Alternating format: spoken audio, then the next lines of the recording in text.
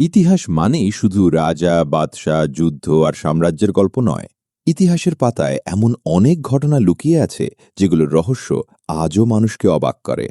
কিছু ঘটনা সময়ের সঙ্গে হারিয়ে গেছে, আবার কিছু ঘটনা ইতিহাসের পাতায় লেখা থাকলেও তার আসল সত্য আজও জানা যায়নি। আজকের গল্পটিও তেমনই একটি রহস্যময় ইতিহাসের গল্প।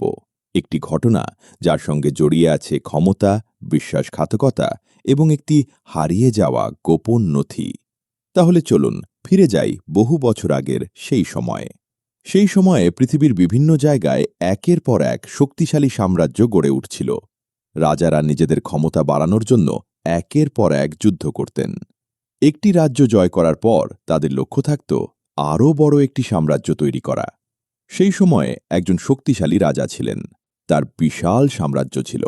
তার ছিল অসংখ্য সৈন্য এবং প্রচুর সম্পদ। কিন্তু একদিন হঠাৎ রাজপ্রাসাদে একটি অদ্ভুত ঘটনা ঘটে। রাজ্যের সবচেয়ে গুরুত্বপূর্ণ একটি গোপন নথি হঠাৎ করে হারিয়ে যায়। এই নথিতে কি লেখা ছিল তা কেউ জানত না, তবে সবাই জানত নথিটি যদি শত্রুর হাতে চলে যায় তাহলে পুরো সাম্রাজ্য বড় বিপদের মুখে পড়তে পারে। রাজা সঙ্গে সঙ্গে প্রাসাদের নিরাপত্তা বাড়িয়ে দিলেন। যে ঘর থেকে নথিটি হারিয়ে গিয়েছিল সেই ঘরটি সব সময় পাহারায় থাকত। কিন্তু আশ্চর্যের বিষয় হল, নথিটি হারিয়ে যাওয়ার সময় ঘরের দরজা ভেতর থেকে বন্ধ ছিল, জানালাও বন্ধ ছিল, আর প্রহরীরা দাবি করেছিল তারা সারা রাত ঘরের বাইরে পাহারা দিয়েছিল।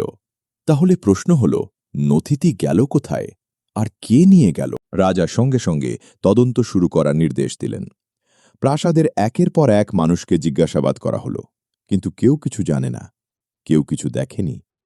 তদন্ত যত এগোতে লাগল, রহস্য ততই গভীর হতে লাগল।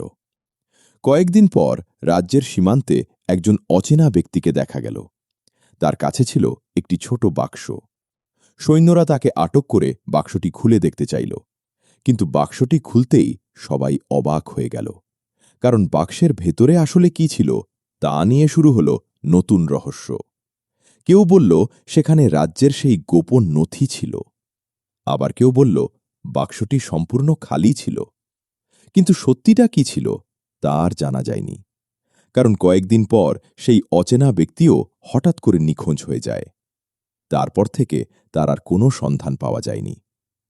রাজা বুঝতে পারলেন এই ঘটনার পেছনে নিশ্চয়ই বড় কোনো ষড়যন্ত্র রয়েছে। কিন্তু ষড়যন্ত্রকারী কে ছিল? রাজ্যের কোনো শত্রু, নাকি রাজপ্রাসাদের ভেতরের কোনো বিশ্বস্ত মানুষ? এই প্রশ্নের উত্তর আজও অজানা। কিছু ইতিহাসবিদ মনে করেন সেই গোপন নথি হয়তো শত্রু সাম্রাজ্যের হাতে চলে গিয়েছিল। আবার কেউ মনে করেন রাজপরিবারের ভেতরের ক্ষমতার লড়াইয়ের কারণে নথিটি গোপন করা হয়েছিল। আর সবচেয়ে রহস্যময় ধারণাটি হল, সেই নথিতে হয়তো এমন কোনো সত্য লেখা ছিল যা প্রকাশ পেলে পুরো ইতিহাসই বদলে যেতে পারত। বহু বছর পর একটি পুরনো স্থানে কিছু ধ্বংসাবশেষ খুঁজে পাওয়া যায়। সেখানে কিছু অদ্ভুত চিহ্ন দেখতে পাওয়া যায়। কিছু ইতিহাসবিদ মনে করেন এই চিহ্নগুলোর সঙ্গে সেই হারিয়ে যাওয়া নথিটির কোনো সম্পর্ক থাকতে পারে। কিন্তু সেই চিহ্নগুলোর আসল অর্থ আজও পুরোপুরি জানা যায়নি। তাহলে কি সত্যি সেই হারিয়ে যাওয়া নথির কোনো অংশ সেখানে লুকিয়েছিল, নাকি সবকিছুই ছিল কেবল একটি কাকতালীয় ঘটনা? এই প্রশ্নের উত্তর আজও কেউ জানে না। সময়ের সঙ্গে সেই রাজা চলে গেছেন, সেই সাম্রাজ্য একদিন ধ্বংস হয়ে গেছে, প্রাসাদ হারিয়ে গেছে, কিন্তু রহস্যটি এখনও রয়ে গেছে। কেউ জানে না সেই গোপন নথির শেষ পরিণতি কি হয়েছিল। কেউ জানে না সেই অচেনা ব্যক্তি আসলে কে ছিল। আর সবচেয়ে বড় কথা, কেউ জানে না এই রহস্যের পেছনে আসল সত্য কি ছিল। হয়তো কোনো একদিন ইতিহাসের মাটির নিচ থেকে আবারও বেরিয়ে আসবে সেই হারিয়ে যাওয়া সত্য। হয়তো কোনো প্রাচীন নথি অথবা কোনো নতুন আবিষ্কার আমাদের সামনে খুলে দেবে সেই রহস্যের দরজা।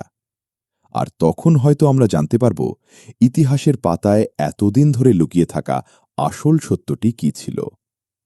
ইতিহাসের এমন অজানা গল্প এবং রহস্যময় ঘটনা জানতে আমাদের সঙ্গে থাকুন। কালের কাহিনী, ইতিহাস জানুন, অতীতকে চিনুন।